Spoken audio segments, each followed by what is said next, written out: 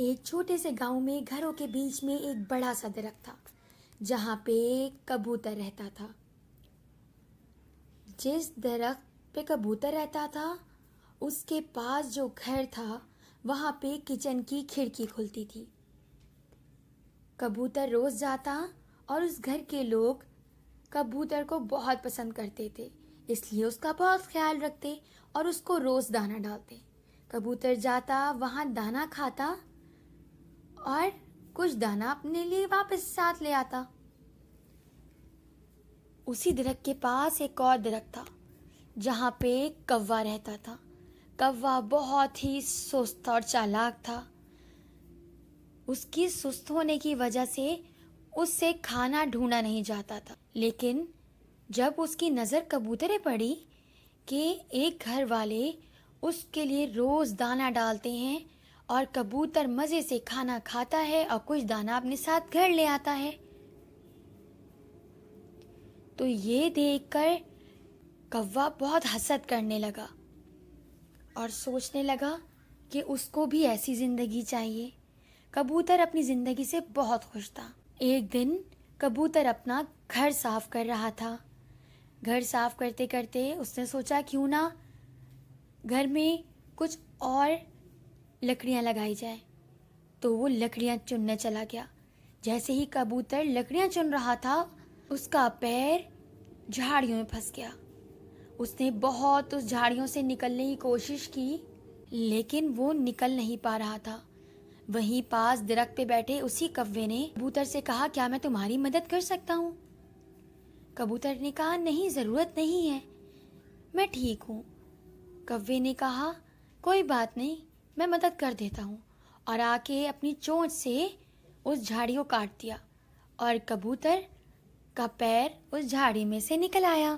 کبوتر شکریہ ادا کر کے کوے کا وہاں سے جانے لگا، تو جیسے ہی کبوتر جانے لگا کوے نے اس کو روک لیا اور کہا کہ ہاں تم میرے ایک کام آ سکتے ہو۔ کبوتر بولا ہاں بولو۔ کوے نے کہا کہ تمہیں میں نے دیکھا ہے، تمہیں بہت مزے سے لوگ کھانا دیتے ہیں، تم کھانا لیتے ہو، آرام سے زندگی بسر کرتے ہو۔ میں تو بہت تھک جاتا ہوں، مجھ سے تو کھانا بھی نہیں جمع کیا جاتا اور میرا کچھ خاص گھر بھی نہیں ہے، تو کیا ہم دوست بن سکتے ہیں؟ اور دوست تو آپس میں ہر چیز شیئر کرتے ہیں۔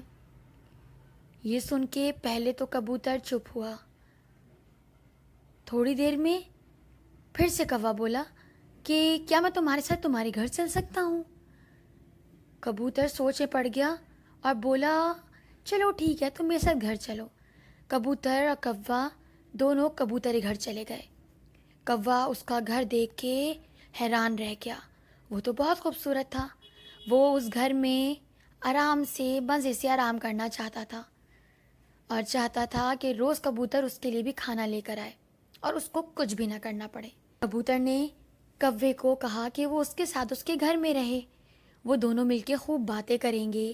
کوا باتیں کرتا لیکن جب کھانا ڈھونڈنے کا ٹائم آتا تو وہ کھانا لینے نہیں جاتا۔ کبوتر اپنا کھانا لاتا اور کھا لیتا، لیکن کوا چاہتا تھا کبوتر اس کے لیے بھی کھانا لے کر آئے اور اس کو تھوڑی بھی محنت نہ کرنی پڑے۔ کوے کو گوشت کھانے کا بہت دل تھا۔ کوے نے سوچا کیوں نہ میں خود کچن میں جاؤں۔ کوا اڑتے ہوئے اس گھر میں چمنی کے ذریعے سیدھا کچن میں گیا اور اس کو وہاں پہ مچھلی نظر آئی۔ اس نے پہلے ایک مچھلی کھائی، پھر دوسری مچھلی کھائی اور اس کا لالچ اتنا بڑھ گیا کہ وہ مچھلی کھانے لگا۔ جلدی جلدی کے چکر میں ایک دم سے کا پیالہ نیچے گر گیا۔ مچھلی کا پیالہ جیسے نیچے گرا اس کی آواز سے گھر والے دوڑے چلے آئے۔ انہوں نے دیکھا کہ وہاں پہ کوا ہے۔ کوا بھی پریشان ہو گیا، کوا ادھر ادھر بھاگنے لگا اور گھر والے نے پکڑ کے کوے کو خوب مارا۔ کوا کسی طرح جان بچا کے وہاں سے بھاگا اور اس کو خوب چوٹیں آئیں اور کوے کو اپنی سستی اور لالچ پن کی سزا مل گئی۔